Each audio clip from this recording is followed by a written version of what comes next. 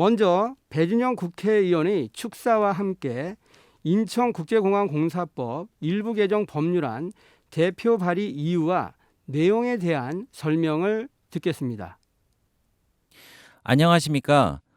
오늘 국민 안전 보장을 위한 항공정비산업 상생 방안 전문가 토론에 오신 모든 분들 반갑습니다. 그리고 이 방송을 통해 토론회를 들으실 경인방송 청취자 여러분, 인천 시민 여러분, 인천 중구 강화군 옹진군 국회의원 배준영입니다. 오늘 항공정비산업, MRO 산업에 대해서 이야기할 텐데요. 세계 1위의 서비스 공항 인근에 항공정비산업이 자리한다는 것은 너무너무나 당연한 일인데, 이런 당연한 일들이 제대로 이루어지지 않는 것에 대해서 어떻게 대처하고 이 방안을 마련할지 그것을 논의하는 자리로 알고 있습니다. 네, 항공산업은 코로나19 대유행 상황에서 지금 절박한 상황을 겪고 있는데요. 네, 공항의 운영자와 공항 내 근로자, 항공사, 그리고 여행업계까지 갈수록 위기만 커져가고 있습니다. 하지만 위기는 기회라고 하죠. 이 기회 상황을 지금까지의 항공산업에 대한 고민과 성찰을 통해 코로나19 팬데믹을 어떻게 극복하실 거에 대한 방안도 함께 마련할 때입니다. 그 중에서도 그 항공정비 산업은 항공 운송 사업자에는 비용과 투자가 발생되는 분야지만 항공 운송 안전, 즉 승객인 국민의 생명과 직결되는 문제이기 때문에 경영 위기에 봉착한 코로나19 대유행 상황에서 문제의 근본을 정부가 직접 나서서 해결할 필요가 있습니다. 세계공항 서비스 평가 1위인 인천국제공항은 그 경쟁력을 기반으로 여객과 화물을 운송하는 항공운송산업, 항공물류산업, 항공정비산업, 항공기 정비에 필요한 부품산업, 또 이 조종사, 정비사 등 항공 전문 인력의 교육 훈련 사업 등에 펼칠 수 있는 여건을 가지고 있거든요. 하지만 항공기 운항과 운항 안전의 가장 기본적인 항공 정비 산업은 산업이 아닌 항공사 자가 정비 수준에 머물러 있습니다. 특히 다른 나라의 비슷한 공항을 비교만 해봐도요. 싱가포르의 창의공항과 인천국제공항은 사실 크기도 비슷하고 트래픽도 비슷한데, 저희는 MRO 관련 인력이 한 2,000명밖에 안 되는데 거기는 무려 2만 명이나 있습니다. 그리고 항공 정비가 미비하기 때문에 그걸로 인한 항공 결항률도 높아지고 있고, 국부의 1조 원에 달하는 돈이 지금 항공 정비 산업을 국내에서 하지 못하기 때문에 외부로 빠져나가고 있거든요. 그래서 저는 인천국제공항공사법 일부 개정 법률안을 대표 발의했습니다. 그래서 대한민국 국민의 생명과 재산을 지키고 항공산업 자체의 경쟁력 제고를 통해서 항공산업 위기 상황을 대응하려고 합니다. 제가 구체적으로 말씀드릴게요. 인천국제공항공사가 항공 관련 사업, 다시 말하면 항공기 취급 및 항공 정비업이죠. 이것을 확대하고 이 항공 종사자와 공학 운영 인력, 산업 인력 등의 인재를 양성해야 됩니다. 그리고 대중교통 시설 개선을 통한 공항 접근성을 강화해야 되고요. 공항 경제권이라고 하죠. 산업 경제 문화가 어우러지는 것을 주요 내용으로 하고 있습니다. 그래서 지난번에 그 인천국제공항공사 사장과 만나서 이 법안을 제가 대표해서 진행하겠다고 했고요.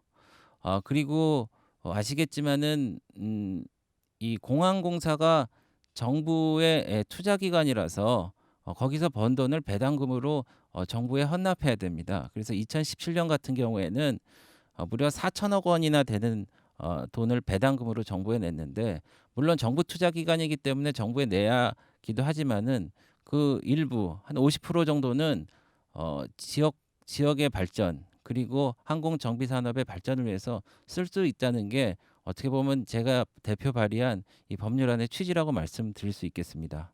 정부가 그동안 어떻게 했냐면요. 2010년 제1차 항공 정책 기본 계획부터 제3차 항공 정책 기본 계획까지도 그 항공 정비 산업을 육성한다고는 했지만 이른바 카이라고 그러죠. 항공 우주산업, 한국항공우주산업주를 이 정부가 우선 지원하는 항공정비 기업으로 지정하고 17년도에 했죠. 한국공항공사가 270억 정도를 현금 출자해서 한국항공서비스를 설립한 것이 전부고요. 이마저도 경남 사천공항이 대형 항공기 이착륙이 적합지 않은 구조적인 문제가 있고요. 또 한국항공서비스 주식회사의 정비 능력 부족으로 우리나라 여객기 중에 대형기는 뭐 정비할 수가 없습니다. 그래서 국회 예산정책처와 한국공항공사에 따르면은 2019년도에는 계획 대비 14%밖에 안 돼요. 저조한 실적을 냈죠. 그리고 2020년도에 3, 4분기까지 누적 적자가 200억까지 달합니다. 그래서 제대로 못한다는 거죠. 그래서 항공기 운항 안정성을 증대시켜서 국민의 생명을 보호한다는 목적을 달성하지 못하고 이 지역 갈등만 조장하고 있지 않나 이렇게 보고 있습니다. 그동안 정부는 인천의 항공 정비 산업 참여를 제한하지 않으며 정부 자재체에 동등한 기회를 부여하고 있다고 주장을 했어요. 근데 그리고 국토교통부가 작년 말 항공산업 경쟁력 강화 방안 이거를 통해서 사천은 중정비를 하고 김포는 경정비를 하고 인천공항은 복합으로 지역 간 역할을 분담한다고 이게 발표까지 했습니다. 저는 지난 9월 20일 날 국토교통위에 제 법안이 계류됐다는 것을 확인하고 저는 경남 사천만 설득하면 되는 것으로 판단했는데 제가 사실 좀 놀랐는데 국토교통부가 자체가 인천국제공항공사법 개정에 반대한다는 것을 제가 확인했습니다. 이게 어떻게 된 일이냐면요. 제가 지난 11월 9일 날 제가 있는 예산결산특별위원회에서 제가 국토부 장관한테 질의를 했습니다. 인천은 정부에서 경남 사천처럼 지원은 안 하더라도 인천국제공사가 인천공항의 운항 안전을 위해서 항공정비산업에 투자할 수 있게 길을 열어줘서 새로운 길을 모색하는 것이 필요하다라고 제가 질문을 그 자리에서 했거든요.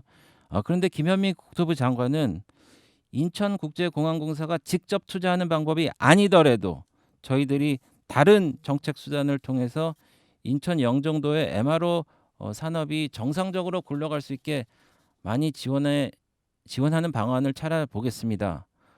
그런데 인천국제공항공사가 특정 지역을 대상으로 투자를 하도록 하는 것에는 또 많은 검토할 여지들이 있다는 생각이 듭니다라고 답변했거든요. 그래서 또 이에 추가로 김현미 국토부 장관이 답변한 인천 영종도의 항공정비산업 지원 방안이 무엇을 의미하며 현재 검토되고 있는 방안이 궁금하지 않습니까? 제가 또 다시 서면 질의를 했습니다. 그래서 여기에 대해서는 국토부가 인천 공항에는 항공기 개조, 엔진 정비 등 해외 복합 MRO 업체 유치를 지원할 계획이며 이를 위해 필요시 부지 조성, 정비 시설 구축, 임대료 감면, 세제 지원 등을 검토할 계획입니다라는 답변을 보내왔습니다. 제가 다시 정리해서 말씀드리면 국토부에서는 제가 대표 발의한 법대로 공항공사가 이제 투자를 해갖고 항공 정비 산업을 하는 것을 현 시점에서는 원치 않는다는 겁니다.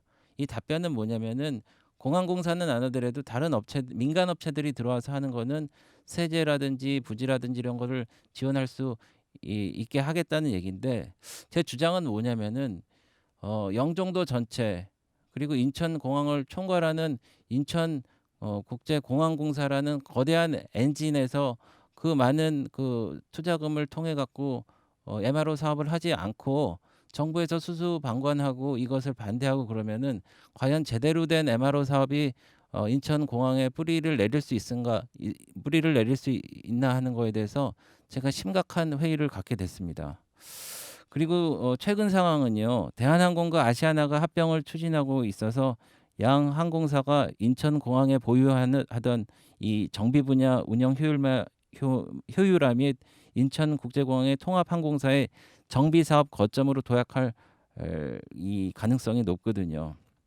그래서 저는 이 포스트 코로나 시대를 준비하면서 항공정비 단지 조성 교육 훈련 플랫폼 구축 등을 통한 인천 공항 경제권은 반드시 추진돼야 하는 과제라고 생각하고요. 인천 시민 여러분들과 함께 정부의 전향적인 변화와 지원을 이끌어내기 위해서 저도 국회에서 최선을 다하겠습니다. 네, 뜻깊은 토론회를 주최해 주신 경인방송 관계자 여러분들께 깊은 감사의 말씀을 드립니다.